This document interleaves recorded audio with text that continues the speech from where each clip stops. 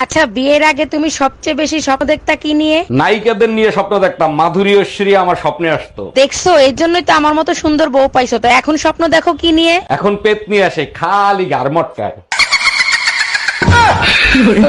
খালি কামডা করলো কি, একবারে গুড়া দিয়ে কেটে ফেলাইছে। এইবার যদি শিক্ষা হয় তোমাদের, আর যাবা ফাউ খাইতে? ডাক্তার এখন অনেক আধুনিক হয়ে গেছে, জোড়া দিলে 3 মাসের ভিতর ঠিক হয়ে যাবে। জোড়া দিলে ঠিক হইতে পারে, কিন্তু আগের মতো আর কথা বলবে না।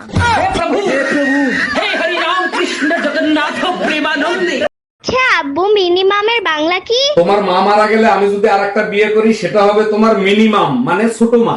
আজকে বাপ বেটি দুইটারে ঝাঁটা দিয়ে পিটায় ইংলিশ শিখাবো।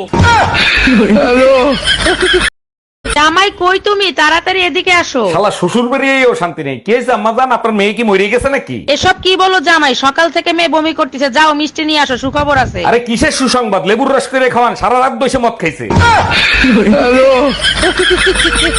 মানসিক শান্তির জন্য পরিশ্রম করা লাগে না, কয়েকটা অভ্যাস করলেই মানসিক শান্তি পাওয়া যায়। কম কথা বলবেন, কানে কম শুনবেন, ঝামেলা দেখলে এড়িয়ে যাবেন, অনেক কিছু চোখে দেখেও না দেখার ভান করে থাকবেন। কেউ অপমান করলে মুচকি হাসি দিয়ে সেখান থেকে চলে আসবেন। আর সবচেয়ে গুরুত্বপূর্ণ যেটা, মানুষকে কম আপন ভাববেন। আচ্ছা, বিয়ের দিন আমি কি শাড়ি পরছিলাম তোমার মনে আছে? না, কেন, কি হয়েছে? তুমি কি বিয়ে করতে গেছিলা না বিয়ের দাওয়াত খাইতে গেছিলা? আরে যখন কেউ গলায় দড়ি দিতে যায়, তখন সে দেখে না ওটা আম গাছ ছিল না জাম গাছ ছিল। এই কি বললা তুমি?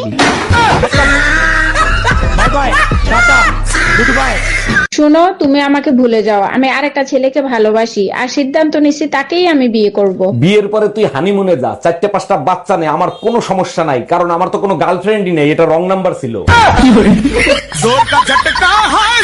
জানেন ভাবি, ভাই আপনাকে এক ফোঁটাও ভালোবাসে না। আরে কি বলেন, আপনি জানেন না, অনেক ভালোবাসে। তাইলে আপনি যখন হারায় গেছিলেন তখন পুলিশের রিপোর্ট লেখায় নাই কেন? কারণ এর আগে মোটরসাইকেল হারাইছিল, পুলিশে 15 দিন ইউজ করে তারপর ফেরত দিচ্ছে। ও আচ্ছা।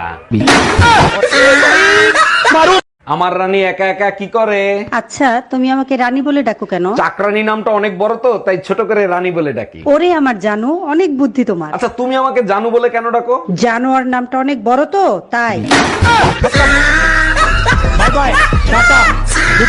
ভাবি, একটা কথা জিজ্ঞেস করবো, কিছু মনে করবেন না তো? মনে করার কি আছে? দেওয়াররা ভাবিকের কাছে সবকিছু জানতে পারে। আচ্ছা, আপনাদের তো নতুন বিয়ে হয়েছে তাই না? হ্যাঁ, বিয়ে হইছে, 3 মাস হইলো। তা ভাই হানিমুনে কোথায় নিয়ে গেছিল? বেডরুমে।